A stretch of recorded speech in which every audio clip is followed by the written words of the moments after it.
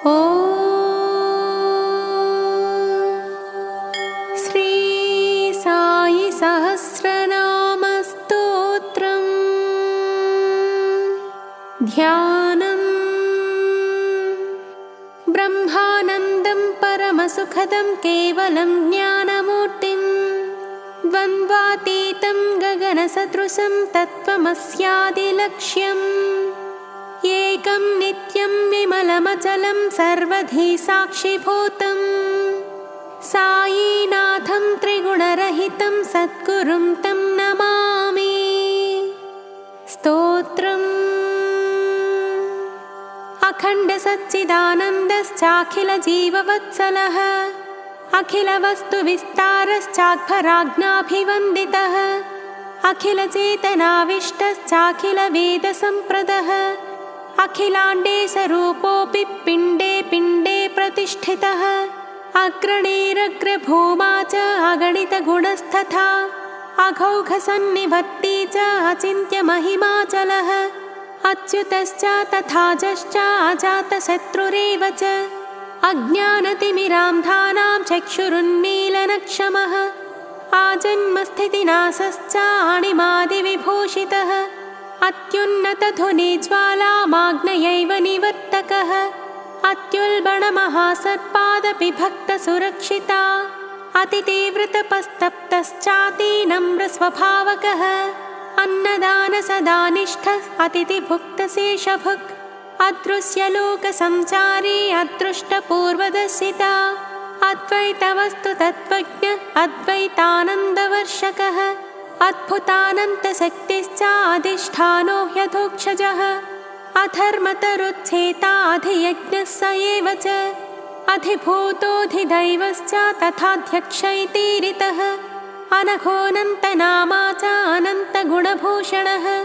अनन्तमूर्त्यनन्तश्च अनन्तशक्तिसंयुतः अनन्ताश्चर्यवीर्याश्च नह्लकातिमानितः अनवरतसमाधिस्थः अनाथपरिरक्षकः अनन्यप्रेमसंहृष्ट गुरुपादविलीनहृत् अनाथृताष्टसिद्धिश्च अनामयपदप्रदः अनादिमत्परब्रह्मा अनाहतदिवाकरः अनिर्देश्यवपुश्चैव अनिमेषेक्षितप्रजः अनुग्रहार्थमूर्तिश्च अनुवर्तितवेङ्कुशः अनेकदिव्यमूर्तिश्च अनेकाद्भुतदर्शनः अनेकजन्मजं पापं स्मृतिमात्रेण हारकः अनेकजन्मवृत्तान्तं सविस्तारमुदीरयन् अनेकजन्मसम्प्राप्तकर्मबन्धविदारणः अनेकजन्मसंसिद्धशक्तिज्ञानस्वरूपवान् अन्तर्बहिश्च सर्वत्र व्याप्ताखिलचराचरः अन्तर्हृदय आकाशः अन्तकालेऽपि रक्षकः अन्तर्याम्यन्तरात्मा हि अन्नवस्त्रेप्सितप्रदः अपराजितशक्तिश्च अपरिग्रहभूषितः अपवर्गप्रदाता च अपवर्गमयो हि सः अपान्तरात्मरूपेण सृष्टुरिष्टप्रवर्तकः अपावृतकृपागारो अपारज्ञानशक्तिमान् तथा पार्थिवदेहस्थ अपां पुष्पनिबोधकः अप्रपञ्चो प्रमत्तश्च अप्रमेयगुणाकरः अप्राकृतवपुश्चैव अप्राकृतपराक्रमः अप्रार्थितेष्टदाता वै अब्दुल्लादिपरागतिः अभयं सर्वभूतेभ्यो ददामीति व्रती च सः अभिमानातिदूरश्च अभिषेक च मत्कृतिः अभीष्टवरवर्षी च अभीक्ष्णदिव्यशक्तिभृत् अभेदानन्दसन्धाता अमर्त्योऽमृतवाक्स्मृतिः अरविन्दतलाक्षश्च तथामितपराक्रमः अरिषड्वर्गनाशी च अरिष्टघ्नोर्हसत्तमः अलभ्यलाभसन्धाता अल्पदानसुतोषितः अल्लानाम सदा वक्ता अलम्बुद्ध्या स्वलङ्कृतः अवतारित सर्वेषु अवधीरितवैभवः अवलम्ब्य स्वपदाब्जः अवलीयेति विश्रुतः अवधूताखिलोपाधि अविशिष्टः स एव हि अवशिष्टस्वकार्यार्थे त्यक्तदेहं प्रविष्टवान् अवाक्पाणिपादोरुः अवाङ्मानसगोचरः अवाप्तसर्वकामोऽपि कर्मण्येव प्रतिष्ठितः अविच्छिन्नाग्निहोत्रश्च अविच्छिन्नसुखप्रदः अवीक्षितदिगन्तस्था प्रजापालननिष्ठितः अव्याजकरुणासिन्धुरव्याहते श्रीदेशगः अव्याहृतोपदेशश्च अव्याहतसुखप्रदः अशक्यशक्यकर्ता च अशुभाशयशुद्धिकृत् अशेषभूतहृत्साणु अशोकमोहशृङ्खलः अष्टैश्वर्ययुतत्यागी अष्टसिद्धिपराङ्मुखः असंयोगयुक्तात्मा असङ्गदृढशस्त्रभृत् असङ्ख्येयावतारेषु ऋणानुबन्धिरक्षितः अहं ब्रह्मस्थितप्रज्ञः अहं भावविवर्जितः अहं त्वञ्च त्वमेवाहमिति तत्त्वप्रबोधकः अहेतुककृपासिन्धुरहिंसानिरतस्तथा अक्षीणसौहृदोक्षयस्तथा क्षयसुखप्रदः अक्षरादपि कूटस्थादुत्तमपुरुषोत्तमः आखुवाहनमूर्तिश्च आगमाद्यन्तसन्नुतः आगमातीतसद्भाव आचार्यपरमस्तथा आत्मानुभवसन्तुष्टो आत्मविद्याविशारदः आत्मानन्दप्रकाशश्च आत्मैव परमात्मदृक्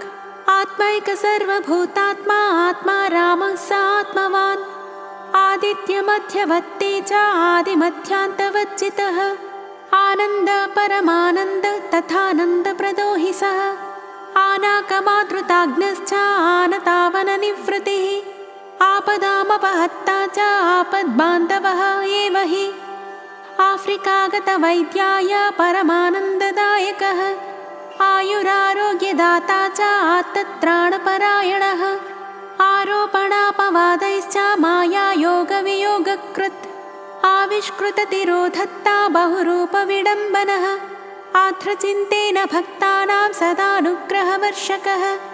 आशापाशविमुक्तश्च आशापाशविमोचकः इच्छाधीनजगत्सर्व इच्छाधीनवपुस्तथा इष्टेप्सिताथ दाता च इच्छामोहनिवर्तकः इच्छोत्तदुःखसञ्चेत इन्द्रियाराधितत्पः इन्दिरारमणाह्लादी नाम साहस्रपूतहृत् इन्दीवरदलज्योतिर्लोचनालङ्कृताननः इन्दुशीतलभाषी च इन्दुवत्प्रियदर्शनः इष्टापूतसतैर्लब्धः इष्टदैवस्वरूपधृत् इष्टिकादानसुप्रीत इष्टिकालयरक्षितः ईशासक्तमनोबुद्धि ईशाराधनतत्परः ईशिताखिलदेवश्च ईशावास्यार्थसूचकः उच्चारणाधृते भक्तहृदान्त उपदेशकः उत्तमोत्तममार्गी च उत्तमोत्तारकर्मकृत् उदासीनवदासीन उद्धरामीत्युदीरकः उद्धवाय मया प्रोक्तं भागवतमिति ब्रुवन् उन्मत्तस्वाभिगोप्ता च उन्मत्तवेषनामधृत् उपद्रवनिवारी च उपांशुजपबोधकः उमेशामेशयुक्तात्मा ऊर्जितभक्तिलक्षणः ऊर्जितवाक्प्रदाता च ऊर्ध्वरेतस्तथैव च ऊर्ध्वमूलमधः शाखामस्वत्थं भस्मसात्करः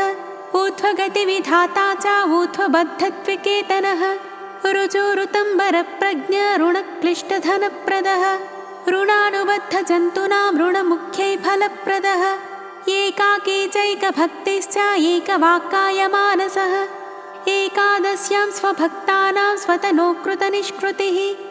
एकाक्षरपरज्ञानी एकात्मा सर्वदेशकृत् एकेश्वरप्रतीतिश्च एकरीत्या धृताखिलः ऐक्यानन्दकतद्वन्द्वः ऐक्यानन्दविधायकः ऐक्यकृतैक्यभूतात्मा ऐहिकामुष्टिकप्रदः ओङ्कारादर ओजस्वी औषधीकृतभस्मदः कथाकीर्तनपद्धत्यां नारदानुष्ठितं स्तुवन् कपर्ते क्लेशनाशी च कपिदासावतारकः कपर्ते पुत्ररक्षार्थामनुभूतददामयः कमलाश्लिष्टपादाब्जः कमलायतलोचनः कन्दर्पदर्पविध्वंसी कमनीयगुणालयः कर्ता कर्तान्यथा कर्ता कर्मयुक्तोऽप्यकर्मकृत् कर्मकृत् कर्मनिर्मुक्त कर्मा कर्मविचक्षणः कर्मबीजक्षयं कर्ता कर्मनिर्मूलनक्षमः कर्मव्याधिव्यपोही च कर्मबन्धविनाशकः कलिमलापहारी च कलौ प्रत्यक्षदैवतं कलियुगावतारश्च कल्युद्धभवभञ्जनः कल्याणानन्तनामा च कल्याणगुणभूषणः कविदासगणुत्राता कष्टनाशकरौषधं काकादीक्षितरक्षायां धुरीडोहमितीरकः कानाभिलादपीत्राता काननीपानदानकृत् कामजित्कामरूपी च कामसङ्कल्पवच्चितः कामितार्थप्रदाता च कामादिशत्रुनाशनः काम्यकर्तस्य संन्यस्तः कामेरासक्तिनाशकः कालश्च कालकालश्च कालातीतश्च कालकृत् कालदर्पविनाशी च कालरातज्जनक्षमः कालशुनकदत्तान्नं ज्वरं हरेदिति ब्रुवन् कालाग्निशत्रुसक्रोधः काशीरामसुरक्षकः कीर्तिव्याप्तदिगन्तश्च कुप्नीवीतकलेवरः कुम्भाराग्निशिशुत्राता कुष्ठरोगनिवारकः कूटस्थश्च कृतज्ञश्च कृत्स्नक्षेत्रप्रकाशकः कृत्सज्ञश्च कृपापूर्णकृपया पालितार्भकः कृष्णरामशिवात्रेयमारुत्यादिस्वरूपधृत् केवलात्मानुभूतिश्च कैवल्यपददायकः कोविदः कोमलाङ्गश्च कोपव्याजशुभप्रदः कोऽहमिति दिवानक्तं विचारमनुशासकः क्लिष्टरक्षाधुरीणश्च क्रोधजित्क्लेशनाशनः गगनसूक्ष्मविस्तारः गम्भीरमधुरस्वरः गङ्गातीरनिवासी च गङ्गोत्पत्तिपदाम्बुजः गङ्गागिरिरितिख्याता यतिश्रेष्ठनसंस्तुतः गन्धपुष्पाक्षतैः पूज्य गतिवित्कतिसूचकः गह्वरेष्ठपुराणश्च गर्वमात्सर्यवर्जितः गाननृत्यविनोदश्च गालवन्कर्वरप्रदः गिरीशशत्रुसत्यागी गीताचार्यः स एव हि गीताद्भुतार्थवक्ता च गीतारहस्यसम्प्रदः गीताज्ञानमयश्चासौ गीतापूर्णोपदेशकः गुणातीतो गुणात्मा च गुणदोषविवर्जितः गुणागुणेषु वर्तन्त इत्यानासक्तिसुस्थिरः गुप्तो गुहाहितो गूढो गुप्तसर्वनिबोधकः गुर्वं घृतीव्रभक्तिश्चेत्तदेवालमितीरयन् गुरुर्गुरुतमो गुह्यो गुरुपादपरायणः गुर्वीसाङ्घ्रिसदाध्याता गुरुसन्तोषवर्धनः गुरुप्रेमसमालब्धपरिपूर्णस्वरूपवान् गुरूपासनसंसिद्धः गुरुमार्गप्रवर्तकः गुर्वात्मदेवता बुद्ध्या ब्रह्मानन्दमयस्तथा गुरुः समाधिपार्श्वस्थ निम्बच्छायानिवासकृत् गुरुवेङ्कुशसम्प्राप्त वस्त्रेष्टिका सदा धृतः गुरुपरम्परादिष्ट सर्वत्यागपरायणः गुरुपरम्पराप्राप्तः सच्चिदानन्दमूर्तिमान् गृहहीनमहाराजो गृहमेधिपराश्रयः गोपीं स्त्राता यथा कृष्णस्तथा नाच्नेकुलावनः गोपालगुण्डूरायादिपुत्रपौत्रादिवर्धनः गोष्पदीकृतकष्टाब्धिर्गोदावरीतटागतः चतुर्भुजश्चतुर्बाहो निवारितनृसङ्कटः चमत्कारैः संक्लिष्टोद्भक्तिज्ञानविवर्धनः चन्दनालेपरुष्टानां दुष्टानां धर्षणक्षमः चन्दोर्करादिभक्तानां सदा पालननिष्ठितः चराचरपरिव्याप्तश्चर्मदाहेभ्यविक्रियः चन्भायाख्यपटेलार्थं चमत्कारसहायकृत् चिन्तामग्नपरित्राणे तस्य सर्वभारं वहः चित्रातिचित्रचारित्रश्चिन्मयानन्द एव हि चिरवासकृतर्बन्धैः शिरडीग्रामं पुनर्गतः चोरात्याहृतवस्तूनि दत्तान्येवेति हर्षितः छिन्नसंशय एवासौ छिन्नसंसारबन्धनः जगत्पिता जगन्माता जगत्त्राता जगद्धितः जगत्स्रष्टा जगत्साक्षी जगद्व्यापी जगद्गुरुः जगत्प्रभुर्जगन्नाथो जगदेकदिवाकरः जगन्मोहचमत्कारः जगन्नाटकसूत्रधृत् जगन्मङ्गलकर्ता च जगन्मायेति बोधकः जडोन्मत्तपिशाचा भोप्यन्तः सच्चित्सुखस्थितः जन्मबन्धविनिर्मुक्तः जन्मसाफल्यमन्त्रदः जन्मजन्मान्तरग्नश्च जन्मनाशरहस्यवित् जनजल्पमनात्यत्या जपसिद्धिमहाद्युतिः जप्तनामसु सन्तुष्टा हरिप्रत्यक्षभावितः जपप्रेरितभक्तश्च जप्यनामा जनेश्वरः जलहीनस्थले खिन्नभक्तार्थं जलसृष्टिकृत् जवारालीति मौलाना सेवने क्लिष्टमानसः जातग्रामात् गुरुग्रामं तस्मात् पूर्वस्थलं व्रजन् जातिर्भेदमतैर्भेद इति भेदतिरस्कृतः जातिविद्याधनैश्चापि हीनानातरुदावनः जाम्बूनदपरित्यागे जागरूकावितप्रजः जायापत्यगृहक्षेत्रस्वजनस्वार्थवर्जितः जितद्वैतमहो मोहो जितक्रोधो जितेन्द्रियः जितकन्दर्पदर्पश्च जितात्मा जितशत्रिपुः जीर्णहूणालयस्थाने पूर्वजन्मकृतं स्मरन् जीर्णहूणालयं चात्य सर्वमत्यालयङ्करः जीर्णवस्त्रसमं मत्वा देहं त्यक्त्वा सुखं स्थितः जीर्णवस्त्रसमं पश्यन् त्यक्त्वा देहं प्रविष्टवान् जीवन्मुक्तश्च जीवानां मुक्तिसद्गतिदायकः ज्योतिःशास्त्ररहस्यज्ञ ज्योतिज्ञानप्रदस्तथा ज्योक्ष्यसूर्यं दृशा पश्यन् ज्ञानभास्करमूर्तिमान् ज्ञातसर्वरहस्यश्च ज्ञातब्रह्मपरात्परः ज्ञानभक्तिप्रदाश्चासौ ज्ञानविज्ञाननिश्चयः ज्ञानशक्तिसमारूढः ज्ञानयोगिव्यवस्थितः ज्ञानाग्निदग्धकर्मा च ज्ञाननिद्धूतकल्मषः ज्ञानवैराग्यसन्धाता ज्ञानसञ्छिन्नसंशयः ज्ञानापास्तमहामोहः ज्ञानीत्यात्मैव निश्चयः ज्ञानेश्वरी पठद्दैव प्रतिबन्धनिवारकः ज्ञानं ज्ञेयं ज्ञानगम्यं ज्ञातसर्वपरं मतः ज्योतिषां प्रथमज्योतिर्ज्योतिर्हीनद्युतिप्रदः तपःसन्दीप्ततेजस्वी तप्तकाञ्चनसन्निभः तत्त्वज्ञानार्थदर्शी च तत्त्वमस्यादिलक्षितः तत्त्ववित्तत्त्वमूर्तिश्च तन्द्रालस्य विवर्जितः तत्त्वमालाधरश्चैव तत्त्वसारविशारदः तच्चितान्तकदूतश्च तमसः परः उच्यते तात्या गणपतिप्रेष्ठस्तान्यानूर्कर्गतिप्रदः तारकब्रह्मनामा च तमोरजो विवर्जितः तामरसदलाक्षश्च ताराबाह्यासुरक्षः तिलकपूजिताङ्घ्रिश्च तिर्यग्जन्तुगतिप्रदः तीर्थकृतनिवासश्च तीर्थपाद इति रतः तीव्रभक्तिनृसिंहादिभक्तालीभूर्यनुग्रहः तीव्रप्रेमविरागाप्ता वेङ्कटेशकृपानिधिः तुल्यप्रिया प्रियश्चैव तुल्यनिन्दात्मसंस्तुतिः तुल्याधिकविहीनश्च तुष्टसज्जनसंवृतः तृप्तात्मा च तृषाहीनस्तृणीकृतजगद्वसुः तैलीकृतजलापूर्णदीपसञ्ज्वलितालयः त्रिकालज्ञस्त्रिमूर्तिश्च त्रिगुणातीत उच्यते त्रियामायोगनिष्ठात्मा दशदिग्भक्तपालकः त्रिवर्गमोक्षसन्धाता त्रिपुटीरहितस्थितिः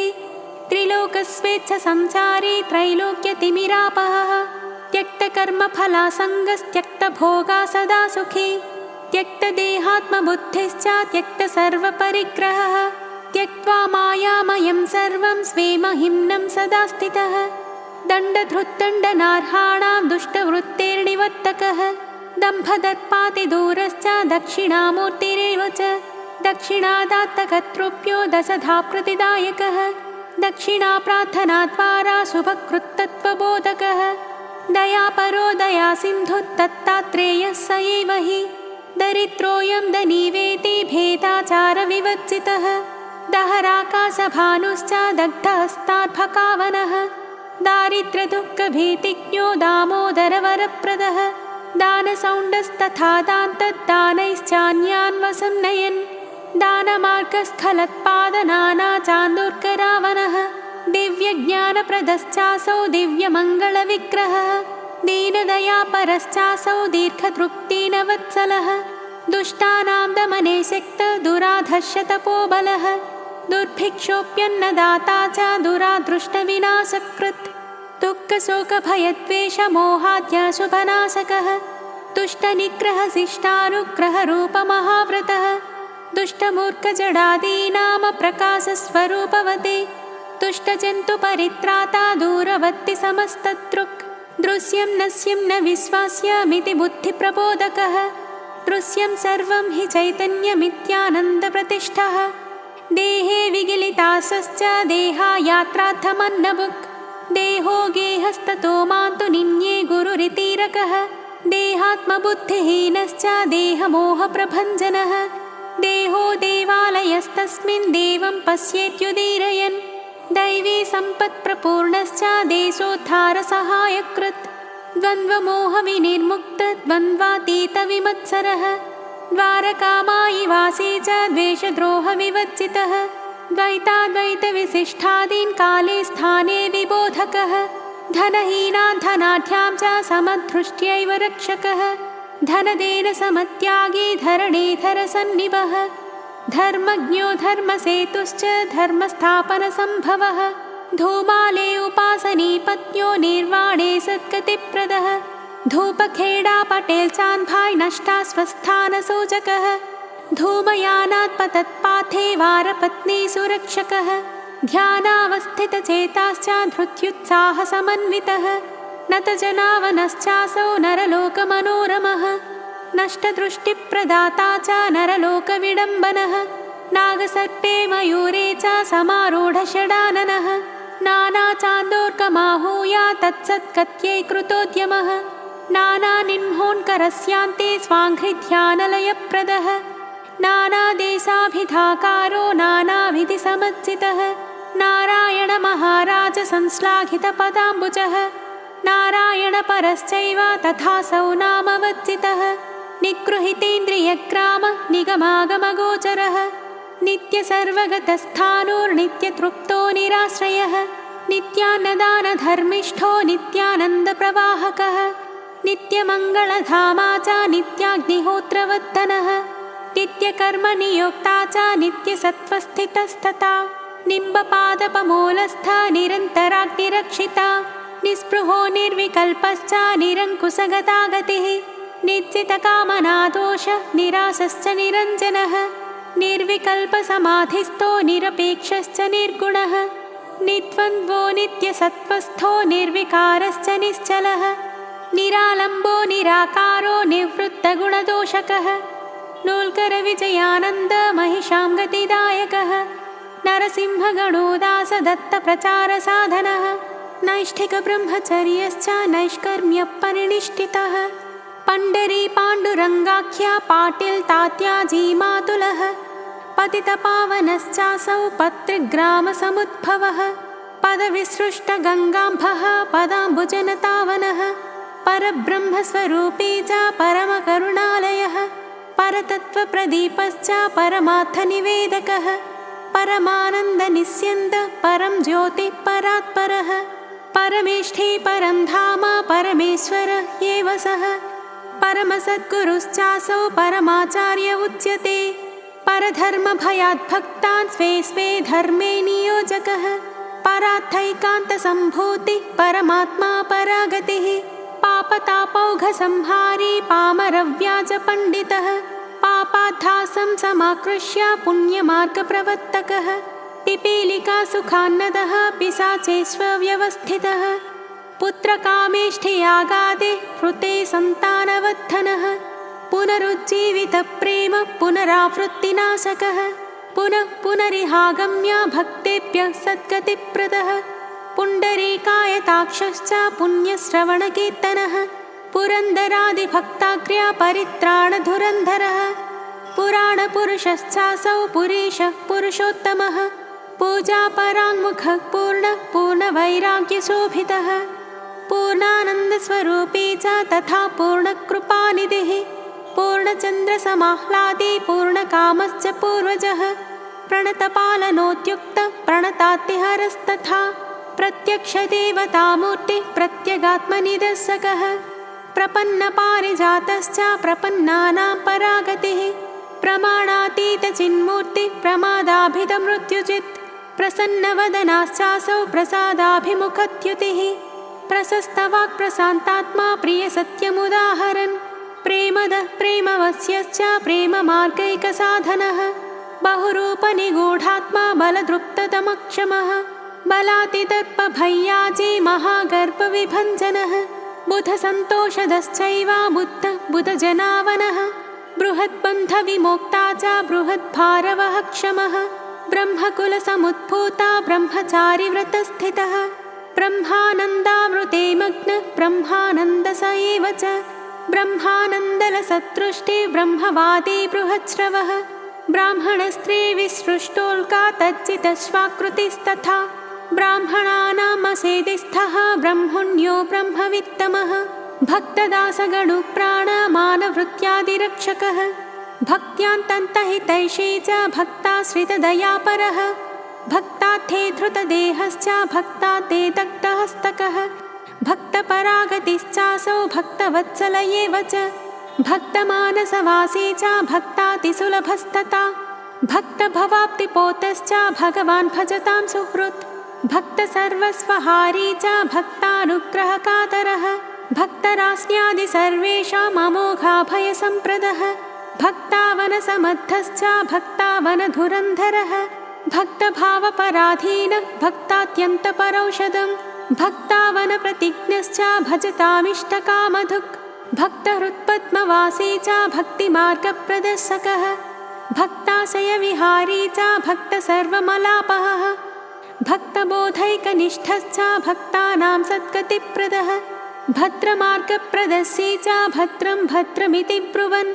भद्रश्रवश्च बन्नुमायी साध्वी महितशासनः भयसन्त्रस्तकापत्ते मोघाभयवरप्रदः भयहीनो भयत्राता भयकृद्भयनाशनः भववारिधिपोतश्च भवलुण्ठनकोविदः भस्मदाननिरस्ताधिव्याधिदुःखाशुभाकिलः भस्मसात्कृतभक्तारी भस्मसात्कृतमन्मतः भस्मपूतमसेदिस्थ भस्मदग्धाखिलामयः भागोजीकुष्ठरोगज्ञ भाषाखिलसुवेदितः भाष्यकृद्भावगम्यश्च भारसर्वपरिग्रहः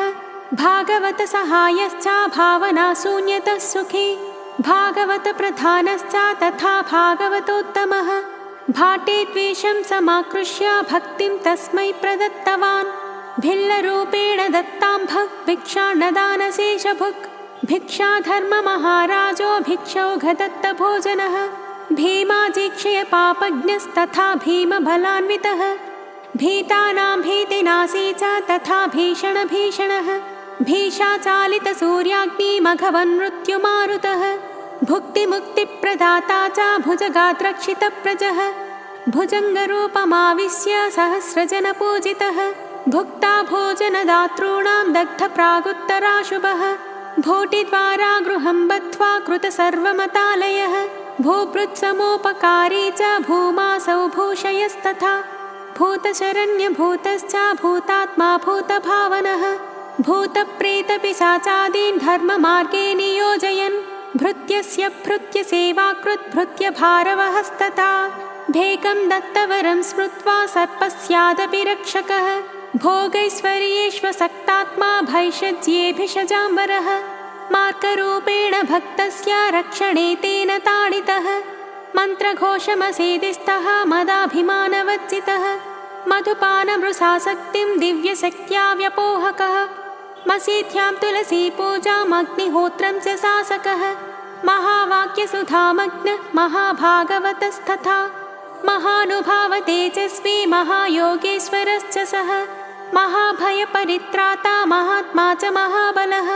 माधवराय देशपाण्डे सख्युः साहाय्यकृत्तथा मानापमानयोस्तुल्यः मार्गबन्धुश्च मारुतिः मायामानुषरूपेण गूढैश्वर्यपरात्परः मार्गस्थदेव सत्कारः कार्य इत्यनुशासिता मारीग्रस्थबूटीत्राता माचालोच्छिष्टभोजनः मिरीकरं सर्पगण्डात् दैवाज्ञाप्तात् विमोचयन् मितवाक्मितभुक्चैव मित्रे शत्रौ सदा समः मीनातायी प्रसूत्यत्तं प्रेषिताय रथं ददत् मुक्तसङ्गानं वादी मुक्तसंस्कृतिबन्धनः मुहुर्देवावतारादीनामोच्चारणनिवृतः मूर्तिपूजानुशास्ता च मूर्तिमानप्यमूर्तिमान् मूले शास्त्री गुरुर्गोलप महाराजस्य रूपधृत् मृतसूनं समाकृष्य पूर्वमातरे योजयन् मृदालयनिवासी च मृत्युभीतव्यपोहकः मेघश्यामाय पूजार्थं शिवलिङ्गमुपाहरन् मोहकलिलतीर्णश्च मोहसंशयनाशकः मोहिनीराजपूजायां कुलकर्ण्यप्पानियोजकः मोक्षमार्गसहायश्च मौनव्याख्याप्रबोधकः यज्ञदानतपोनिष्ठ यज्ञशिष्टान्नभोजनः यतीन्द्रियमनोबुद्धिः यतिधर्मसुपालकः यतो वाचो निवर्तन्ते तदानन्दसुनिष्ठितः यत्नातिशयसेवाप्त गुरुपूर्णकृपाबलः यथेच्छ सूक्ष्मसञ्चारे यथेष्टदानधर्मकृत् यन्त्रारूढं जगत्सर्वं मायया भ्रामयत् प्रभुः यमकिङ्करसन्त्रस्ता सामन्तस्य सहायकृत् यमदूतपरिक्लिष्टा पुरन्दरसुरक्षकः यमभीतिविनाशी च यवनालयभूषणः यशसापि महाराज यशः पूरितभारतः यक्षरक्षः पिशाचानां सान्निध्यादेव नाशकः युक्तभोजननिद्रश्च युगान्तरचरित्रवित् योगशक्तिचित्तस्वप्नः योगमायासमावृतः योगवीक्षणसन्दत्ता परमानन्दमूर्तिमान् योगिभिध्यानगम्यश्च योगक्षेमवहस्तथा रथस्य रजताश्वेषो हृतेष्वम्लानमानसः रसश्च रससारज्ञः रसनारसजिच्चसः रसोऽप्यस्य परं दृष्ट्वा निवर्तितमहाशयः रक्षणात् पोषणात् सर्वपितृमातृगुरुप्रभुः रागद्वेषवियुक्तात्मा राकाचन्द्रसमाननः राजीवलोचनश्चैषः राजभिक्षाभिवन्दितः रामभक्तिप्रपूर्णश्च रामरूपप्रदर्शकः रामसारूप्यलब्धश्च रामसायीति विश्रुतः रामदूतमयश्चासौ राममन्त्रोपदेशकः राममूर्त्यादिसङ्कर्ता रासनेकुलवर्धनः रुद्रतुल्यप्रकोपश्च रुद्रकोपदमक्षमः रुद्रविष्णुकृताभेदः रूपिणी रूप्यमोहजित् रूपे रूपे चिदात्मानां पश्यध्वमिति बोधकः रूपाद्रूपान्तरं यातो मृत इत्यभयप्रदः रेगे शिशौ तथान्दस्य सतां गतिविधायकः रोगदारिद्र्यदुःखादीन् भस्मदानेन वारयन् रोदनाथाथ चित्तश्च रोमहर्षादवाकृतिः लघ्वासीलघुनिद्रश्च लब्धा स्वग्रामनिस्तुतः लगुडोद्धृतरोहिल्लास्तम्भनाथर्पनाशकः ललिताद्भुतचारित्रः लक्ष्मीनारायणस्तथा लीलामानुषदेहास्थो लीलामानुषकर्मकृत् लेले शास्त्रश्रुतिप्रीत्यामसीदिवेदघोषणः लोकाभिरामो लोकेशो लोलुपत्वविवर्जितः लोकेषु विहरंश्चापि सच्चिदानन्दसंस्थितः लोणिवाण्यगणोदासं महापायाद्विमोचकः वस्त्रवत्वपुरुद्वीक्ष्य स्वेच्छत्यक्तकलेवरः वस्त्रवत्तेहमुत्सज्य पुनर्देहं प्रविष्टवान् वन्ध्यादोषविमुक्त्यर्थं तद्वस्त्रेणारिकेलदः वासुदेवैकसन्तुष्टिः वादद्वेषमदाप्रियः विद्याविनयसम्पन्नो विधेयात्मा च वीर्यवान् विवक्तदेशसेवी च विश्वभावनभावितः विश्वमङ्गलमाङ्गल्यो विषयात् संहृतेन्द्रियः वीतरागभयक्रोधः वृद्धां दीक्षणसम्प्रदः वेदान्ताम्बुजसूर्यश्च वेदिस्थाग्निविवर्धनः वैराग्यपूर्णचारित्रः वैकुण्ठप्रियकर्मकृत् वैहायसगतिश्चासौ व्यामोहप्रशमौषधं शत्रुच्छेदैकमन्त्रं स शरणागतवत्सलः शरणागतभीमाजी स्वान्धभेकादिरक्षकः शरीरस्थ शरीरानेकसंभृतः शश्वत्परार्थसर्वेहः शरीरकर्मकेवलः शाश्वतधर्मगोप्ता च शान्तिदान्तिविभूषितः शिरस्तम्भितगङ्गाम्भः शान्ताकारः स एव च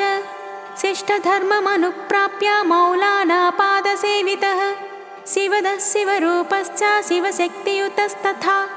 सिरीयानसुतोद्वाहं यथोक्तं परिपूरयन् शीतोष्णसुखदुःखेषु समः शीतलवाक्सुतः शिर्डिन्यस्तगुरोत्तेहः शिर्डित्यक्तकलेबरः शुक्लाम्बरधरश्चैव शुद्धसत्त्वगुणस्थितः शुद्धज्ञानस्वरूपश्च शुभाशुभविवर्जितः शुभ्रमार्गेण नेतान्रोन् तद्विष्णोः परं पदम् शेलुगुरुकुले वासी शेषसायी तथैव च श्रीकण्ठः श्रीकरः श्रीमान् श्रेष्ठः श्रेयो विधायकः श्रुतिस्मृतिशिरोरत्नविभूषितपदाम्बुजः श्रेयान् स्वधर्म इत्युक्त्वा स्वे स्वे धर्मनियोजकः सखा रामसशिष्यश्च सकलाश्रयकामदुक् सुगुणो निर्गुणश्चैव सच्चिदानन्दमूर्तिमान् सज्जनमानसव्योमराजमानसुधाकरः सत्कर्मनिरतश्चासौ सत्सन्तानवरप्रदः सत्यव्रतश्च सत्यं च सत्सुलभोऽन्यदुर्लभः सत्यवाक् सत्यसङ्कल्पः सत्यधर्मपरायणः सत्यपराक्रमश्चासौ सत्यद्रष्टा सनातनः सत्यनारायणश्चासौ सत्यतत्त्वप्रबोधकः सत्पुरुषः सदाचारः सदा परहिते रतः सदा क्षिप्तनिजानन्दः सदानन्दश्च सद्गुरुः सदा जनहितोद्युक्तः सदात्मा च सदाशिवः सदा त्रचित्तसद्रूपी सदा श्रेयः सदा जितः सन्न्यासयोगयुक्तात्मा सन्मार्गस्थापनव्रतः सबीजं फलमादाय निर्बीजं परिणामकः समदुःखसुखस्वस्थः समलोष्टाश्मकाञ्चनः समर्थसद्गुरुश्रेष्ठः समानरहितश्च सः समाश्रितजनत्राणाव्रतपालनतत्परः समुद्रसमगाम्भीर्यः सङ्कल्परहितश्च सः संसारतापहार्यं गृही तथा संसारवच्चितः संसारोत्तारणामा च सरोजदलकोमलः सर्पादिभयहारी च सर्परूपेऽप्यवस्थितः सर्वकर्मफलत्यागी सर्वत्र समवस्थितः सर्वतः पाणिपादश्च सर्वतोक्षिशिरोमुखः सर्वतः श्रुतिमन्मूर्तिः सर्वमावृत्य संस्थितः सर्वधर्मसमत्राता सर्वधर्मसुपूजितः सर्वधर्मान् परित्यज्य गुर्वीशं शरणं गतः सर्वधी साक्षिभूतश्च सर्वनामाभिसूचितः सर्वभूतान्तरात्मा च सर्वभूताशयस्थितः सर्वभूतादिवासश्च सर्वभूतहिते रतः सर्वभूतात्मभूतात्मा सर्वभूतसुहृच्च सः सर्वभूतनिशोन्निद्रः सर्वभूतसमाधृतः सर्वज्ञः सर्ववित् सर्वः सर्वमतसुसम्मतः सर्वब्रह्ममयं द्रष्टा सर्वशक्त्युपबृंहितः सर्वसङ्कल्पसन्न्यासे तथा सर्वसङ्गविवर्जितः सर्वलोकशरण्यश्च सर्वलोकमहेश्वरः सर्वेशः सर्वरूपी च सर्वशत्रुनिबर्हणः सर्वैश्वर्यैकमन्त्रं च सर्वेप्सितफलप्रदः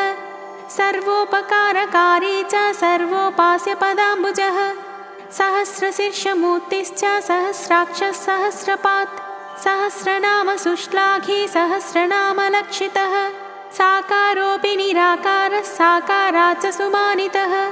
सायीति सज्ञानैः प्रोक्तः सायि देवः स एव हि सायिराम सायिनाथश्च सायीशः सायि सत्तमः सालोक्यसाष्टिसामीप्य सायुज्यपददायकः साक्षात्कृतहरिप्रीत्या सर्वशक्तियुतश्च सः साक्षात्कारप्रदाता च साक्षान्मन्मथमर्थनः सिद्धेशः सिद्धसङ्कल्पः सिद्धिदः सिद्धवाङ्मुखः सुकृतदुष्कृतातीतः सुखे गविगतस्पृहः सुखदुःखसमश्चैव सुधास्यन्दिमुखोज्ज्वलः स्वेच्छामात्रजडद्देहः स्वेच्छोपात्ततनुस्तथा स्वीकृतभक्तरोगश्च स्वे महिम्नि प्रतिष्ठितः हरिसाठे तथा नानां कामादे परिरक्षकः हर्षामर्षभयोद्वेगैर्निर्मुक्तविमलाशयः हिन्दू-मुस्लिं समूहानां मैत्रीकरणतत्परः ओङ्कारेणैव सुक्षिप्तं स्तब्धप्रचण्डमारुतः हृदयग्रन्थिभेदी च हृदयग्रन्थिवर्जितः शान्तानन्तदौर्जन्यः क्षितिपालादिसेवितः क्षिप्रप्रसाददाता च क्षेत्रीकृतस्वशिर्डिकः इति श्री साई सहस्र